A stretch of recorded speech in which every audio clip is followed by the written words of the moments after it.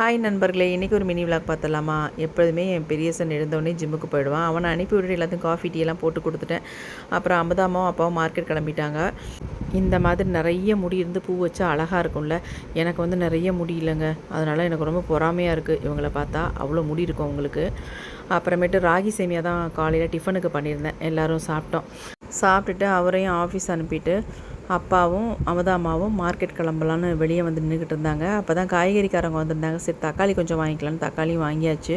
அப்புறம் மார்க்கெட் போய்ட்டு ரொம்ப நேரம் ஆயிடுச்சு. ஏன் இவ்வளோ நேரம் அப்படின்னு கேட்டதுக்கு உங்களுக்கு ஒரு சஸ்பென்ஸ் இருக்குது அப்படின்னாங்க. என்னன்னு கேட்டால் எனக்காக வளையல், கிளிப்பு, பொட்டு, குங்குமம், அப்புறமேட்டு நெயில் பாலிஷ் இதெல்லாம் வாங்கிட்டு வந்துருந்தாங்க அப்பாவும் அமுதாமாவும். எதுக்கு வீண் செலவு, தேவையில்லாமல் எதுக்கு வாங்குறீங்க அப்படின்னு. இல்லை எனக்கு ஆசை, அப்போயே நான் நினச்சிக்கிட்டே இருந்தேன் உனக்கு வாங்கி தரணும் பத்மா அப்படின்ட்டு.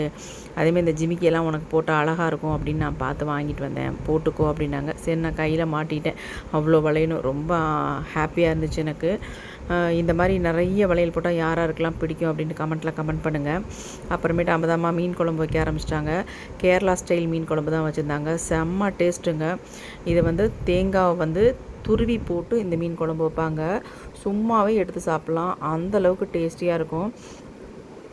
இந்த மீன் குழம்பை பார்த்தவொடனே எனக்கு எங்கள் அம்மம்மா வீடு தான் ஞாபகம் வந்துச்சு. எங்கள் அம்மம்மா, எங்கள் சின்னம்மாலாம் இந்த மாதிரி தான் மீன் குழம்பு வைப்பாங்க. கேரளாவில் நான் இருக்கும் பொழுது இந்த மாதிரி மீன் குழம்பு நல்லாவே சாப்பிட்ருக்கேன். அதுக்கப்புறம் அம்மா செய்வாங்க.